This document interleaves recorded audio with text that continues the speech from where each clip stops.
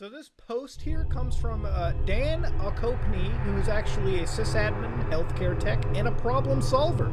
Now, this is also Dirty Dan, okay? I'm just going to give the shout-outs where appropriate. Dirty Dan said, a guy on Reddit reverse-engineered TikTok. Here's what he found on the data it collects on you.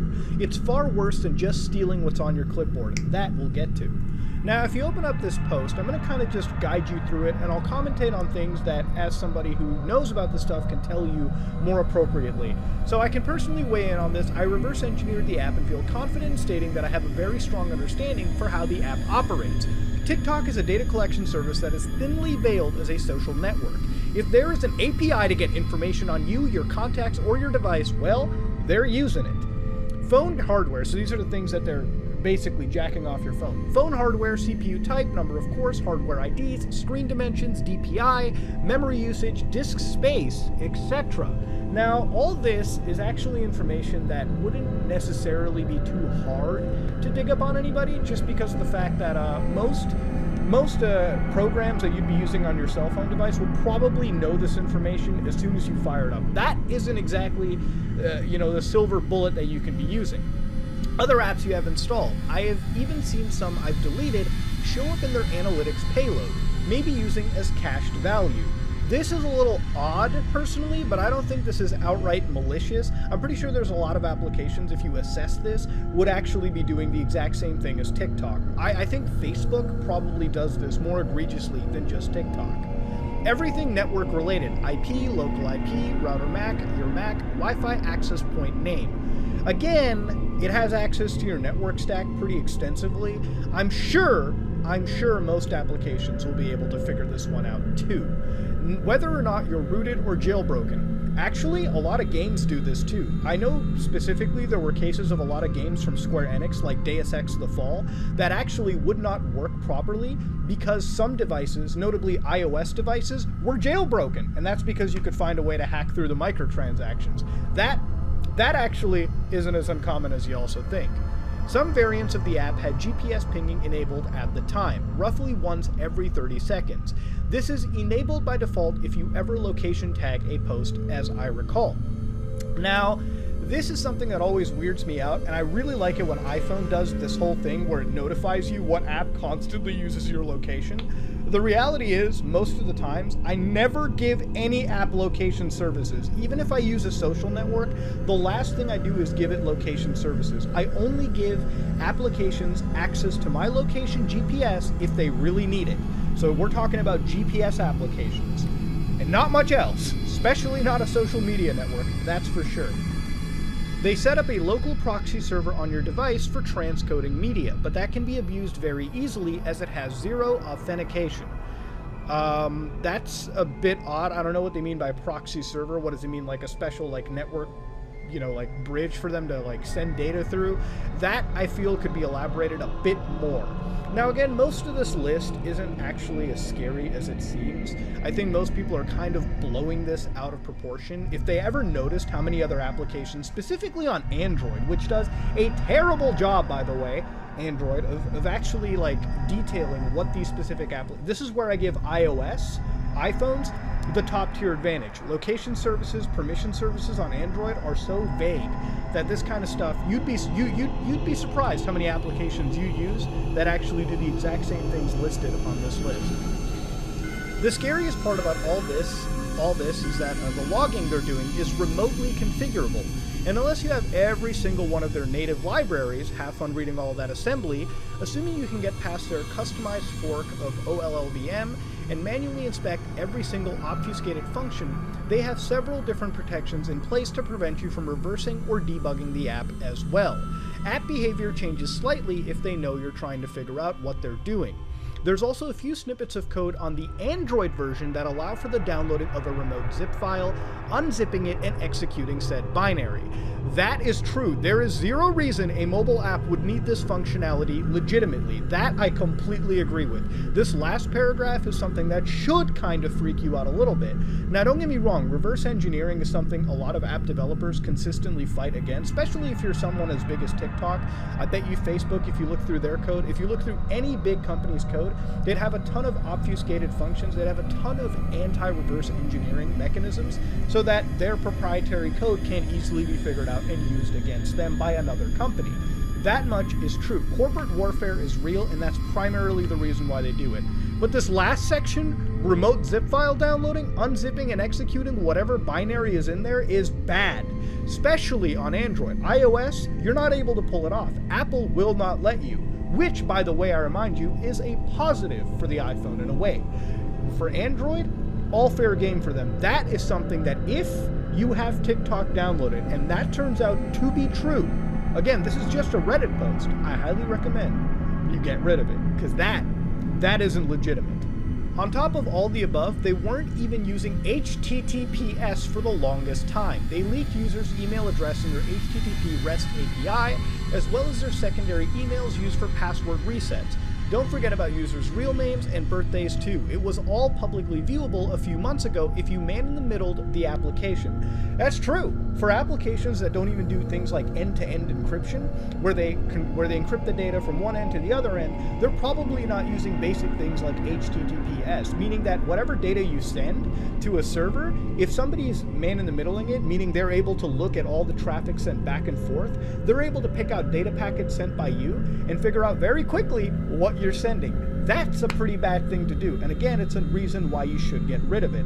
Now, hacking a big server, you know, if you really want to get real and technical about it, is pretty damn impossible these days, especially with how security has gotten. That's why it's much more better if you can man-in-the-middle these things and get user information before it's been encrypted or sent to a secure server location.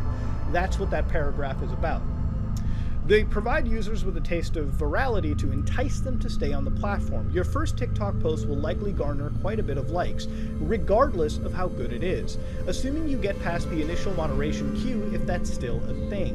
Most users end up chasing the dragon. That is so true for social media. Once your first post gets traction, you really want to make sure that that snowball keeps rolling. I know that. Trust me, that's real. That mentality exists. Here's the thing though, they don't want you to know how much information they're collecting on you, and the security implications of all that data in one place en masse are fucking huge.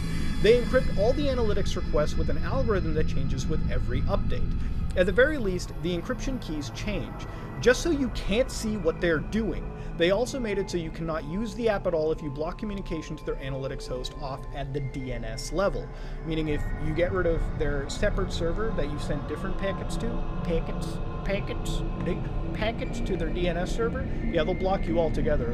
If they're not getting your data, if they're not getting your analytics, you're out of here. For what it's worth, I've reversed the Instagram, Facebook, Reddit, and Twitter apps. So what I said earlier, let's see this real quick. They don't collect anywhere near the same amount of data that TikTok does. And they sure as hell aren't outright trying to hide exactly what's being sent like TikTok is. It's like comparing a cup of water to the ocean. They just don't compare.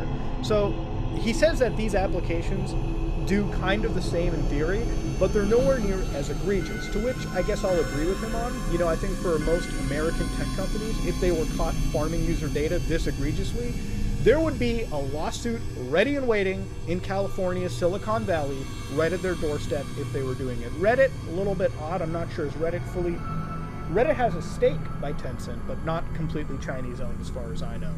Okay, so now to add further context to it, there's a website named Penetrum.com, which is a penetrations testing firm, I would say, like a group that does this kind of stuff for you.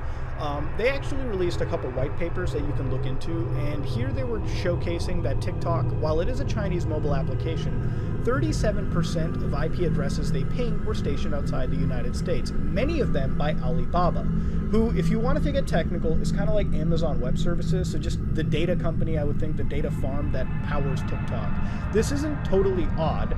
I've seen this with many Chinese-oriented games. It either goes to Alibaba or it goes to Tencent. So here you can see that you're going to Zhejiang, Hangzhou. I hope I pronounced all that right, by the way. My Chinese isn't exactly perfect. But you can see that the ISP is Alibaba, so that's probably the owner of the data center in specific. So here you can see somebody's video where it says TikTok is grabbing the content of my clipboard every 1 to 3 keystrokes. So let me show you what's going on here. So here he's typing in Instagram.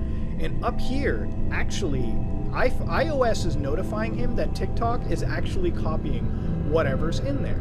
Now, the reason why this is important is Apple has actually done a really important job, a very good job of telling users what data, how their phone is being manipulated. So when I said earlier things like location, Apple would tell you if other apps is looking into it. Now they tell you if apps are looking into your clipboard. So meaning that if you control, copy, or paste sensitive information like passwords, which you should never do, other applications could in fact dig that information out. But with all of that said, Apple notifies you, and it's very shady that TikTok, while it's not being used as far as I know, is digging out information from like Instagram or whatever. So why is it doing that? I don't know. What's going on? Is there some cross-application functionality we don't know? I don't know, but Apple is exposing it more than you could ever think of. Apple's actually the goddamn unsung hero for penetrations testing right now, dude. Okay, so to finalize this video, let's get real and talk about the actual concern over here. Now, if we're talking about data surveillance, the reason why people are getting a little pissed about this or a little woke is because China's involved. Now, whether or not you want to get into the conspiracies, I'm going to say this from my personal belief. I do not doubt for a second that the Chinese Communist Party is actively using their connections with their biggest tech firms, Tencent, Alibaba, or whoever, to spy on user data internationally.